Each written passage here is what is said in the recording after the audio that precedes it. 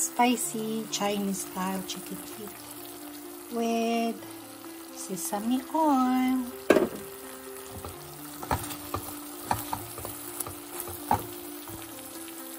Gusto ko yung tuyong-tuyo siya. Ayaw ko ng sabaw.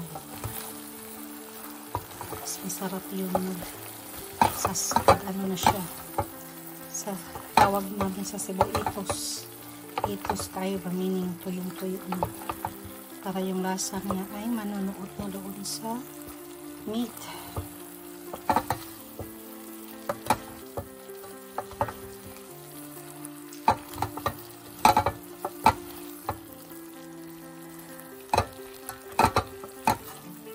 Guys, nakakaganda daw yung chicken feet kasi marami siyang collagen na good for the skin.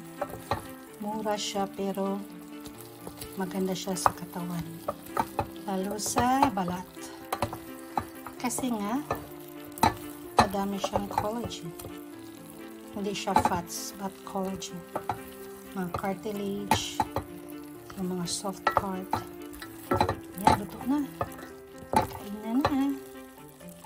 Ito pala yung pinakuluan ko kanina sa aking live.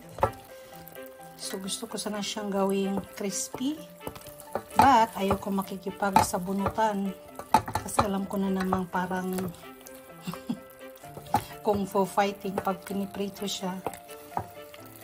So, ito ang aking ginawa. Chinese style, sweet and spicy chicken feet na sobrang lambot na. Ayan. Ready na ang mga bagang. Sasakit ang bagang mo nito, kakatngat.